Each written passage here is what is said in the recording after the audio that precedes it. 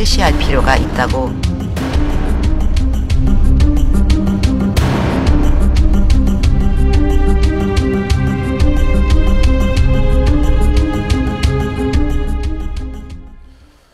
네, 이중재 변호사, YTN 해설위원 추은호 해설위원을 초대했습니다. 어서 오십시오. 네, 안녕하십니까. 광복절 특사 박근혜 대통령이 그동안 그 사면에 대해서는 가급적 실시 안 하는 게 좋겠다는 입장이었는데 왜 이렇게 결정했다고 보셨는지 배경부터 좀 먼저 어떻게 들어보겠습니다. 추 의원님. 예. 저는 박근혜 대통령이 작년 설 때 생계형 관련자 한 5,900여 명밖에 하고 그동안 좀 부정적인 입장을 보여있지 않았습니까? 근데 이렇게 갑작스럽게 사면을 발표한 것은 가장 큰 계기가 광복 70주년이라는 거죠. 예. 과거 사례를 보면은 광복 60주년, 광복 50주년 이렇게 대규모 사면을 했습니다. 400만 명이 넘는 규모의 대규모 엄청난 큰 규모의 사면들을 실시했었고 광복 70주년도 그냥 넘어가기에는 우리한테는 큰 역사적인 의미가 있는 해다. 그런 의미가 가장 크다고 보고요. 두 번째가 박 대통령이 말했지만은 국가 발전 그리고 국민 통합을 위한 거다. 이런 것을 지금 우리가 국가 발전을 위해서 에너지를 모아야 될 때다. 그렇게 판단을 한 것 같습니다. 그리고 8월 25일이면은 집권 절반이 되는 때가 아닙니까? 네. 그러면 하반기 국정을 시작을 이렇게 화합으로 시작을 하겠다. 그런 의지가 담긴 게 아닌가 이렇게 분석을 했습니다. 예.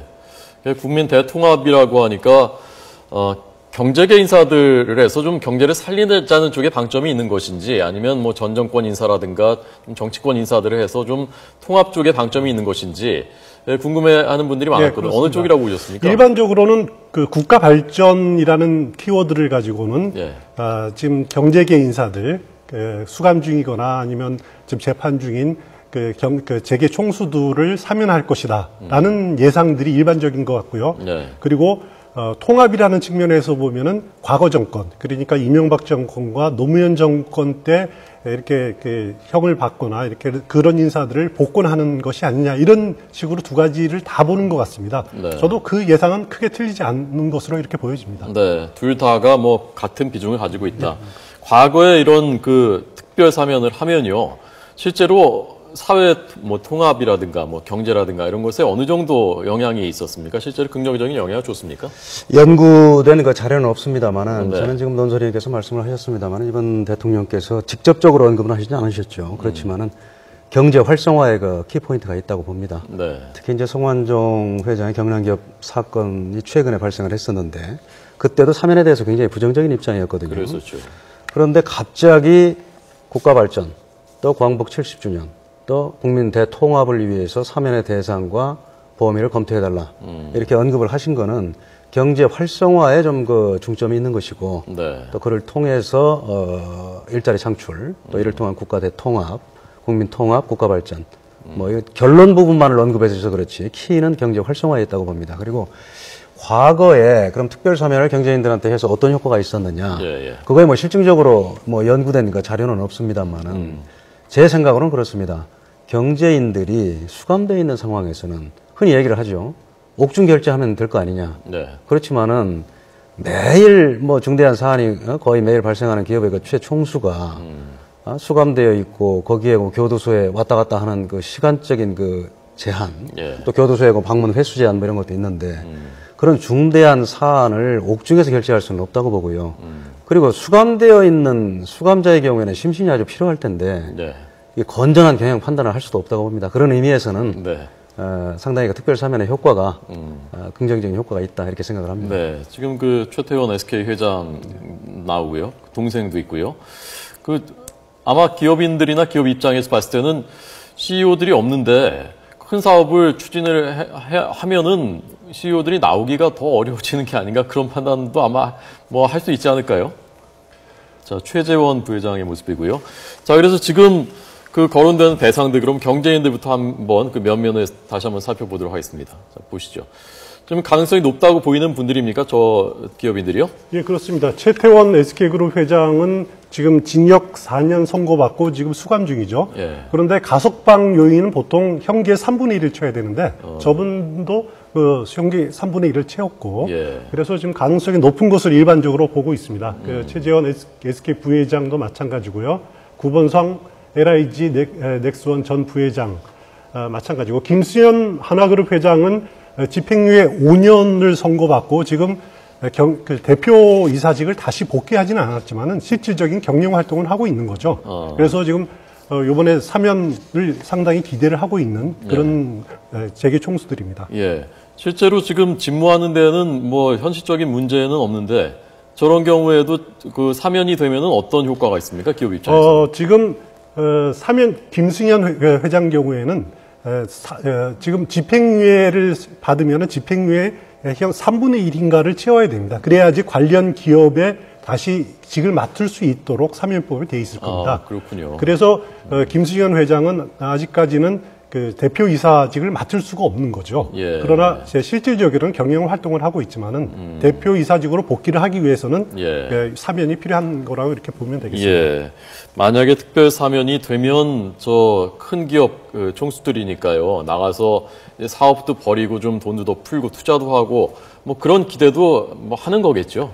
그렇습니다. 그 대통령이 지난 9일 무역투자진흥회의에서 그 발언한 것을 좀 염두에 둘 필요가 있는데요. 예, 그때 기업인들이 마음껏 투자를 할 수 있도록 정부가 가진 모든 수단을 동원하겠다 이렇게 표현을 했습니다. 그 모든 수단 중에 기업인들의 사면이 되는 것이 있는 것이 아니냐라고 이렇게 분석을 할 수도 있고요. 예. 또 마침 그날 그 대기업 30대 대기업들이 사장 명의로 그 사면을 또 이렇게 건의하는 그런 날이었었죠. 지난 9일에 다 발생한 일입니다. 네. 그런 것을 봐서는 그 재계나 대통령이나 정부 입장으로서도 이렇게 사면을 해줌으로써 일자리 창출 그리고 경제 활성화, 과감한 투자에 기업들이 적극 나서라 이런 기회를 주는 것이 아니냐 이렇게 분석하는 것이 일반적인 것 같습니다. 네. 저도 그날 그 대통령의 그 발언이 생각이 나는데 그때는 사실 이 생각 못했었는데 지금 와서 보니까 이 조각들이 맞춰지는 것 같습니다. 네, 그렇습니다. 혹시 그 기업인들이 수감돼 있을 때 변호하시면서 만나보시거나 접견하시거나 그러신 적 있습니까, 변호사님? 예, 그렇지만 많지는 않습니다만 그런 적이 있습니다. 했는데 뭐 우리가 흔히 뭐 얘기할 때 밖에서 볼 때는 그거 뭐 한두 달 사는 게 뭐 대수냐 이렇게 생각할지 모르지만은 정상적인 사람은 일주일만 거기 수감돼 있어도 심신이 말이 아닙니다. 그렇습니까? 그래서 건전한 판단을 할 수 없다고 저는 그렇게 생각을 합니다. 예. 그 이번에 이재현 CJ 회장하고 이호진 태광 회장하고요. 거기는 대상이 아니라면서요? 지금 상황에서 누구는 대상이고 누구는 대상이 아니다 이렇게 말하기는 좀 성급한 판단인 것 같고요. 아니 법적으로요. 예, 그분들은 아직 그 형이 확정되지 않았습니다. 이재현 회장 경우도 지금 징역 3년형을 선고받고 상고 중에서 그 대법원 판결을 기다리고 있는 중입니다. 그래서 만약에 검찰이나 본인이 이런 이제 상고를 포기하게 된다면은 지금이라도 포기하게 된다면은 뭐 대상자는 심사 대상자는 될 수가 있겠죠. 지금이라도 포기하면요. 그렇죠. 그런데 그거를 미리 또 하기에도 부담이 될 거고 그거는 뭐 본인이 판단하기에 달린 것 같습니다. 예, 어떻습니까? 만약에 그 변호사라면요. 그 위험 부담이 있는 거죠. 만약에 포기를 했는데 또 그 사면이 안 되면 상당히 그 위험 부담이 있는 거고 그다음에 지난번 부적절한 거 사면 이 성완종 회장 사건의 경우에 언급이 됐습니다마는 갑자기 상고 포기를 하고 형이 확정되게 하고 실제로 그 사면을 받는다면은 그건 누가 봐도 그건 뭔가 좀 부적절한 사면이다 이런 의심을 받을 수 있기 때문에 그 섣불리 결정할 수 없는 사안이라고 생각을 합니다. 그렇겠군요. 바로 얼마 전에 있었던 그 일이 있었는데 지금 이렇게 하기가. 네. 자, 그러면 정치권 인사들은 지금 누가 거론이 되는지 어떤 대상이 누가 거론되는지 한번 보시겠습니다. 예, 이상득 전 국회부의장 지금 징역 1년 2개월 선고받고 지금 복역을 마쳤는데 지금 사면을 기다리고 있고요. 박영준 전 차관 역시 징역형을 다 살고 지금 사면을 심사 대상 중에 한 명일 겁니다.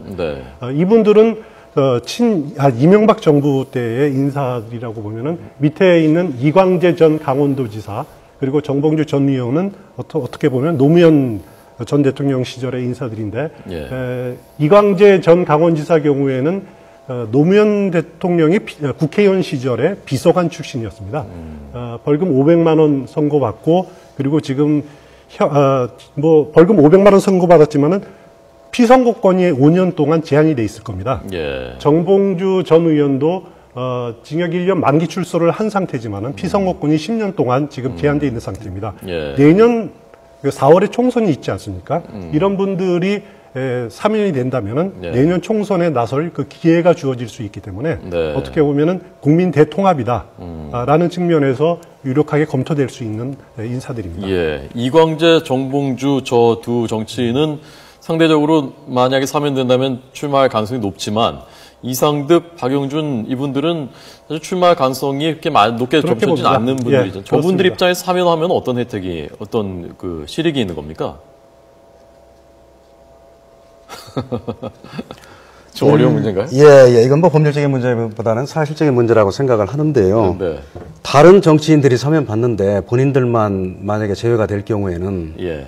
일정한 지금 이번에도 누구나 수긍할 수 있는 합리적인 그 기준과 대상을 정해서 사면을 하자. 지금 이게 이제 국민적 대통령의 뭐 지침이고 또 국민적 협의 사항 같은데 거기에서 빠졌다면은 엄청난 비리와 부정부패에 연루된 그런 정치인으로 낙인 찍힐 그럴 가능성이 있다고 봅니다. 예.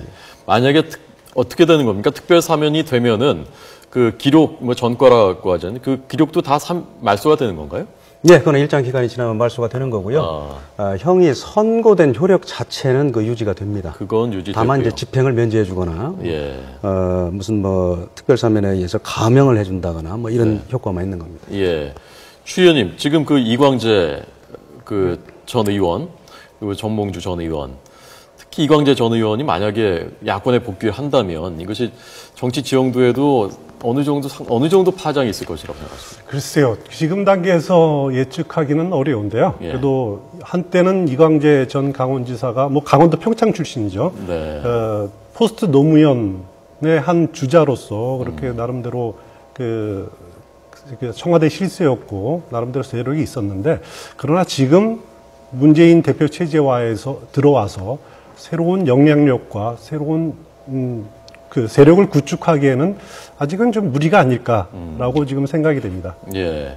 홍사덕 그 여권에서 지금 홍사덕 전 의원도 거론되거든요. 그렇습니다. 만약에 홍사덕 전 의원이 지금 복귀를 한다면 여권 내 지형에는 어떤 영향을 미치겠습니까? 홍사덕 의원도 이제 친박계 대표 인사로 그동안 꼽혀 왔었고 활동을 많이 해왔습니다. 아무면 만약에 합류하게 되면은 친박계 인사들이 무척 힘을 받는 건 사실이겠죠. 그렇지만 이제 홍사덕 전 의원 경우에는 워낙 또 이렇게 포용력이 크신 분이고 두루두루 많은 인사들하고 친한 분이기 때문에 이렇게 그 김무성 대표랑도 이렇게 그다지 나쁜 관계는 아닐 겁니다. 그래서 지금 뭐 여권 지형이 그분이 와서 크게 바뀐다, 근본적으로 바뀐다, 뭐 그렇게까지는 보지 않아도 되지 않을까 생각됩니다. 예. 역대 정부에서 특별 사면이 여러 차례 있었는데 그 중에서 좀 논란이 됐었던 사면들이 몇 가지가 있었다면서요? 예, 그렇습니다. 가장 논란이 됐던 것이 이명박 전 대통령이 퇴임 한 달 전에 사면을 한 적이 있습니다. 그때 최시중 전 방통위원장 그리고 천신일 세종나무 회장 어떻게 보면은 이명박 전 대통령의 멘토였고 또 아주 친한 친구였고 이런 분들을 퇴임 한 달 전에 사면을 한 적이 있었죠. 그때 박근혜 대통령 당선인이 이것은 물러난 대통령의 권한 남용이다 이렇게 강력하게 반발한 적도 있었습니다. 그랬었죠. 이것이 가장 기억에 남고 네. 또 노무현 전 대통령도 적어도 측근 비리위원회를 했던 이제 최도술 전 총무비서관 뭐 그리고 문제가 됐던 성환종 전 경남기업 회장 사면 부작용 결국 이 건은 이 과정에서 금품 로비가 있었다라는 의혹도 제기가 됐고 검찰 수사까지 진행이 되지 않았습니까? 그런 사면에 문제가 있는 사면들도 여러 차례가 있었던 것은 사실입니다. 예. 마지막으로 변호사님, 이 절차가 어떻게 되는 건지요? 남은 절차가요? 예, 대통령께서 지금 광복 70주년 그리고 국가 발전, 국민 통합을 위해서 사면의 대상과 범위를 검토해라. 이런 일반적인 지시를 하셨고요. 그럼 청와대 내에서는 이를 이행하는 참모부서가 민정수석실입니다. 그렇기 때문에 민정수석실에서 대통령의 이런 지침을 보다 구체화해서 법무부는 형사기획과입니다. 담당 부서가. 그래서 형사기획과 검사들과 상의를 할 겁니다. 네. 그러면 거기에서 구체적인 기준을 정해서 법무부의 법무부 장관 산하에 사면심사위원회가 있습니다. 네, 네. 심사위원회 위원들의 그 심의 의결을 거쳐서 그래서 법무부 장관이 최종적으로 대통령께 특별사면 대상자를 상신을 하게 되고요. 네. 그럼 대통령의 재가를 받아서 다시 국무회의 그 심의 의결을 거쳐서 예. 다시 이제 최종적으로 국무회의를 통과하면은 대통령께서 최종적으로 재가를 하는 그런 절차가 되겠습니다. 네. 대통령 고유 권한이니까 국회 동의는 필요 없는 거고요. 일반 사면의 경우에는 국회 동의가 필요합니다. 아, 그렇기 때문에 일반 사면의 경우에는 대통령령을 제정해야 되고 예. 국회 동의가 필요하기 때문에 일반 사면이 되는 경우는 거의 없다고 보시면 되고 네. 그렇기 때문에 특별 사면을 하는 겁니다. 알겠습니다. 특별 사면은 사람을 찍어서 하는 것이고 일반 사면은 그렇습니다. 어떤 죄에 대해서 그렇습니다. 전부해주는 그런. 두 분 오늘 잘 들었습니다. 고맙습니다. 네, 그렇습니다.